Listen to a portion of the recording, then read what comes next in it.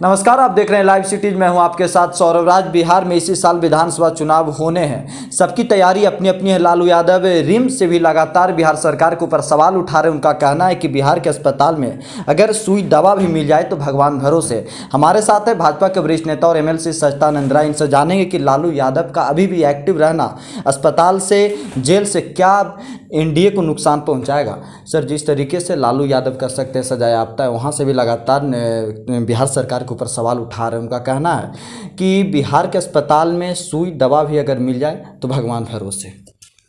पहला आपका ये प्रश्न था कि लालू जी जेल से भी एक्टिव हैं तो उससे क्या हुआ।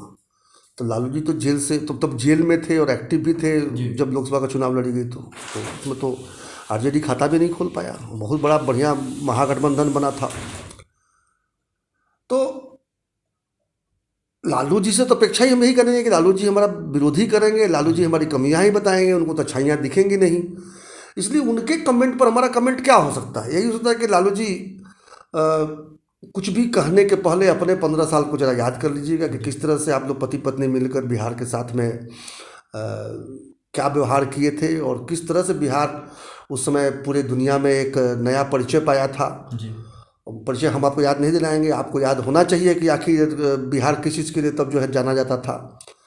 अंधेरा होने पर घर से लड़कियां बाहर नहीं निकल पाती थी। आज तो साइकिलों पे घूमती है ना।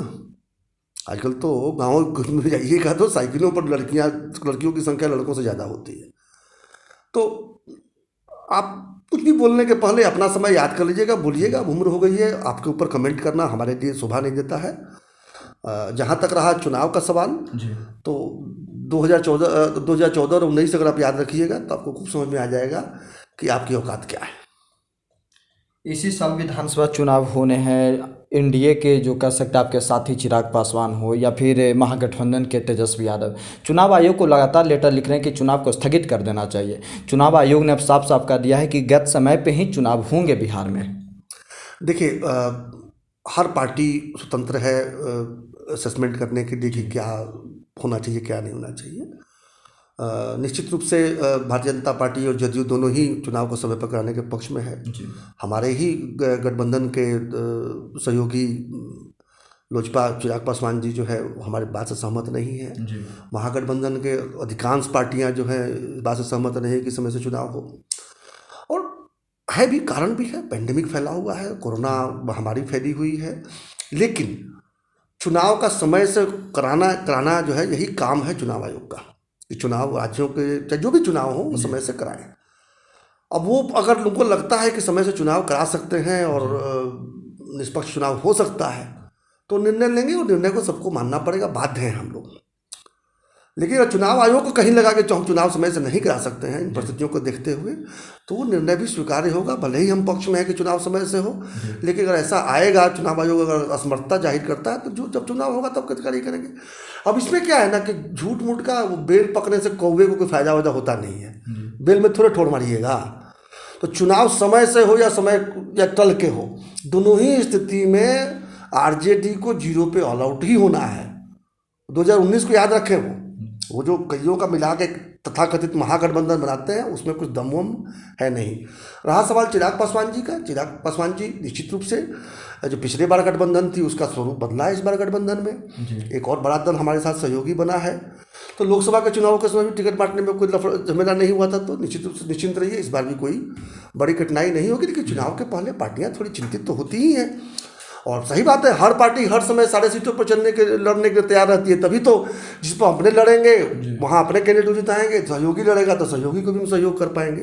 तो इसमें तो कोई मैं ऐसा कुछ नहीं देखता जिसके लिए कोई चिंता करनी चाहिए। वो 243 सीटों पे तैयारी कर रहे हैं और कह दिए हैं कि हम अकेले सक्षम हैं सभी जगह पे कैंडिडेट उतारने में। पहले से लोजपा आज के समय में मजबूत है। हर दल हर सीट पर अपना संगठन मजबूत करके रखता है, हर बूथ पर अपना संगठन मजबूत करता है। हम भारतीय जनता पार्टी, मैं जानता हूँ कि हम हर बूथ पर जो है सब बूथ कमेटी बना के रखे हुए हैं। तो क्या मतलब हुआ कि क्या हमें नहीं पता है कि हम सब सीट नहीं लड़ने वाले हैं? हमको पता है कि हम सब सीट नहीं लड़ने वाले हैं। लेकिन हमारा सहयोगी दल तो लड़ेगा, उसको भी तो जिताना है, उसको भी तो जिताना है। तो हमारा संगठन वहाँ रहेगा तब जिताएंगे। या कभी भविष्य में ऐसा मौका आया कि उस सीट पर हमें लड़ने का मौका मिले, अलग होकर या साथ में रहते हुए भी थोड़ा संगठन रहेगा तब ना कभी भविष्य में हम काम कर पाएंगे। तो हर दल जो है करता है, और निश्चित रूप से चिराग पासवान जी वही कर रहे हैं जो एक पार्टी के राष्ट्रीय अध्यक्ष को करना चाहिए। एक लास्ट क्वेश्चन है सर कि तेजस्वी यादव लगातार बिहार सरकार के ऊपर सवाल उठा रहे हैं कि बिहार सरकार हमारे सवालों से, यानी कि तेजस्वी यादव के सवालों से भागती है। जब भी रोजगार के ऊपर, स्वास्थ्य के ऊपर, अपराध के ऊपर प्रश्न उठाया जाता है तो नीतीश सरकार, बिहार सरकार इसके ऊपर जवाब नहीं देती है। क्या बेतुका प्रश्नों का उत्तर दिया जाए? बेतुका प्रश्नों का उत्तर तो होता नहीं है। बैठते हैं ट्वीट में कुछ भी लिख के डाल देते हैं, तो क्या प्रश्न किया जाए? और कैसा नहीं है, दोनों दलों के प्रवक्ता, हमारे जदयू के और भाजपा दोनों दलों के प्रवक्ता उनके प्रश्नों का उत्तर तो दे ही देते हैं, बड़ा माकूल उत्तर देते हैं। और संतुष्ट नहीं होते तो वो काम हमारा नहीं है। उनको संतुष्ट करना हमारा काम नहीं है, हमारा काम जनता को संतुष्ट करना है। चलिए, शुक्रिया सर, थैंक यू। धन्यवाद।